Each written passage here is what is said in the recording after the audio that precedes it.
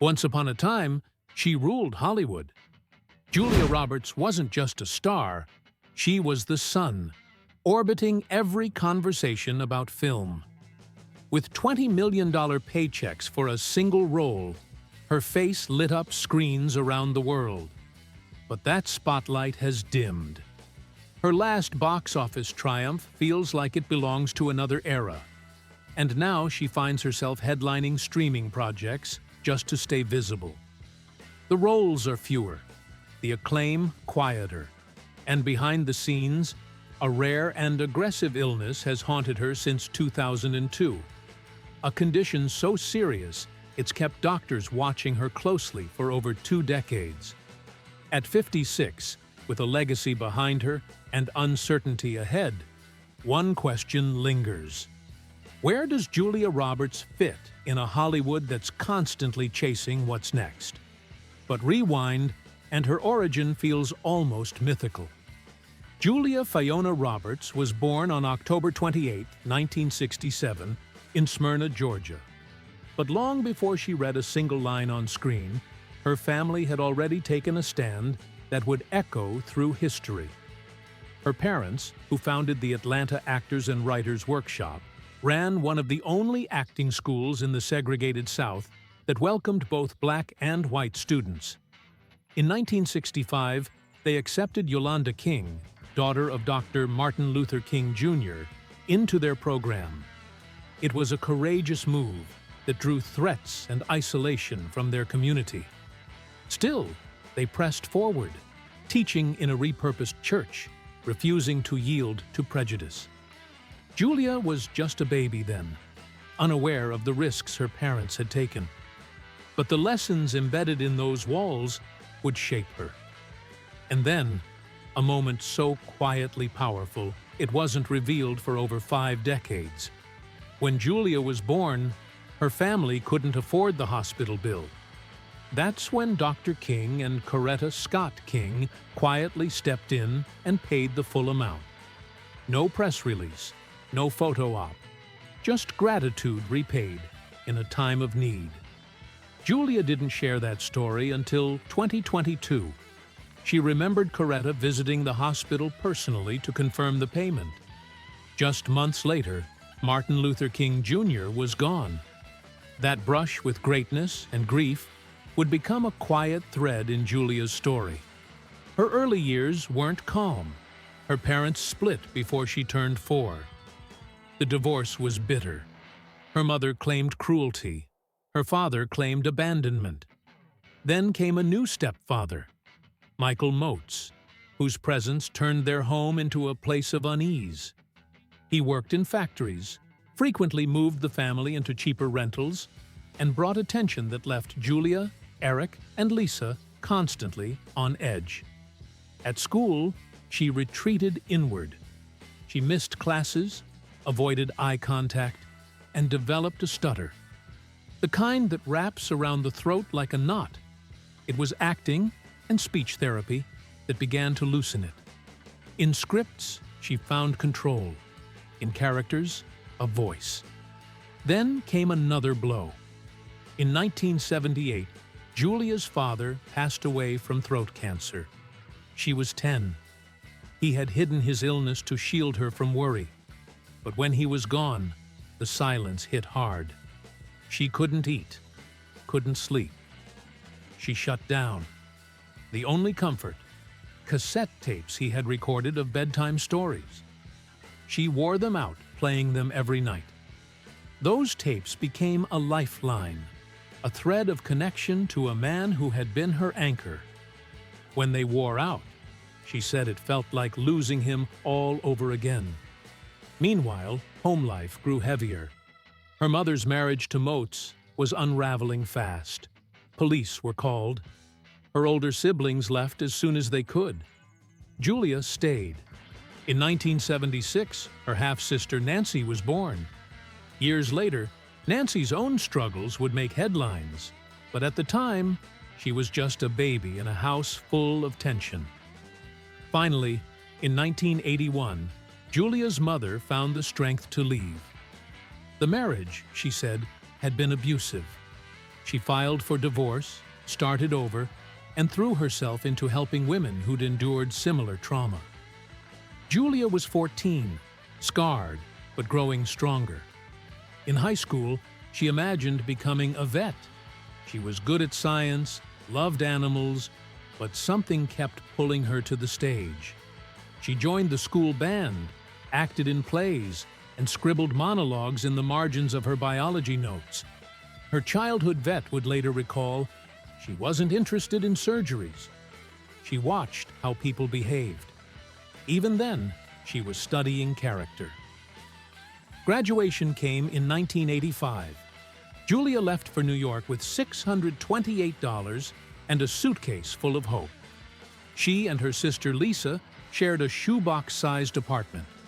The heater broke often. They slept in their coats. Julia couldn't afford subway fare, so she walked miles each day to auditions. Rejection was constant, over 200 no's, until finally, a yes. A Clearasil commercial landed her. $825 check and her SAG card. It changed everything. It meant she was officially in the game. She had a ritual back home. From age 7, she'd lock herself in the bathroom and practice Oscar speeches. Shampoo bottles stood in for trophies. She wrote more than 40 speeches in a leather journal. And when the power went out, she practiced by candlelight. She once promised her brother, "When I win, I'll thank you third." In 2001, she kept her word. Her first TV role came in 1987. She had the flu, but showed up anyway. One take, and everyone on set knew she had that rare spark. Then came the grind. Indie films, 16-hour shoots, special effects injuries. She once pawned her grandfather's pocket watch to pay rent, then bought it back 3 years later after making it big. It cost her 8 times more. While filming Satisfaction in 1988, she met Liam Neeson. He was 35. She was 19. At first, they clashed, but delays on set gave way to long conversations. Within weeks, they were living together. As he said, "It didn't feel honest anymore." That comment set social media ablaze. Was he referring to the studio's new direction or to the cost of fame itself? Either way, it showed a rare moment of self-awareness, an insider pulling back the curtain on the machine.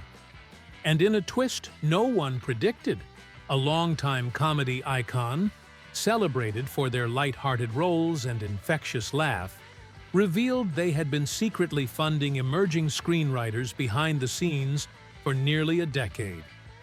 Their name was never on the checks. The reason? Because stories outlive stars. That line alone gave goosebumps. It also explained how several fresh voices had managed to break through without backing from the big agencies. Hollywood might be a fortress, but sometimes kindness leaves cracks in the walls. One of the more startling moments came during the Cannes Festival circuit this year, when a young director accepted their award with an emotional thank you to a beloved actor who had passed just months earlier. They described how the actor had funded the final stages of post-production after watching a single clip on a private plane. That clip? A powerful monologue that mirrored his own early career struggles with identity and fame. And just like that, the crowd rose for a standing ovation. Not for the director, but for the memory of a performer who had given one final gift to storytelling. Now let's talk about legacy.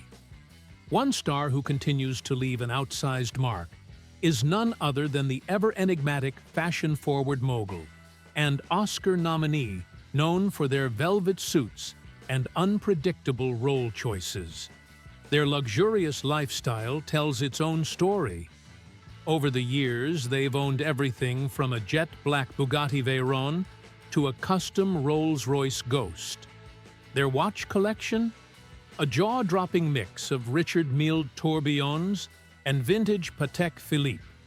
Real estate-wise, they've cycled through Malibu cliffsides, a Tribeca penthouse, and a Tuscan vineyard estate. The private jet? A Gulfstream G650 with an interior designed by a Scandinavian architect. Business-wise, they've gone far beyond acting, launching a premium skincare brand, investing in renewable tech, and quietly acquiring stakes in an independent film distribution firm. Multiple insurance policies protected their health, production shutdowns, and even wardrobe damage. Their approach offers a compelling lesson: diversify early, protect your image, and let your money work while you sleep. What makes this star fascinating isn't just what they've earned, but how they've chosen to live. In the early 2010s, their public image was flashy, high-octane, and non-stop. But in recent years, they've pulled back, speaking more about mental wellness, supporting film school scholarships, and mentoring behind the scenes. Their choices now echo something deeper. The mansion parties are gone. What remains is focus, purpose, and the undeniable urge to build something that lasts beyond magazine covers. And that's really the theme threading all these stories together: how celebrity transforms from spotlight to legacy, from secret good deeds to career-altering decisions. Each revelation this season hasn't just made headlines, it's made us pause. Every confession, every unearthed letter, every last-minute act of generosity reminds us: behind the lens are people trying, failing, enduring, and, sometimes, rising again in silence. As the credits start rolling on this episode of Fame's Hidden Side, we're left with one haunting question: how much do we really know about the faces we've watched for decades? And what else might surface when the lights dim and the cameras finally stop? Drop your thoughts in the comments. What story surprised you most? Whose truth are you still waiting to hear? Until next time, stay curious, stay kind, and keep watching.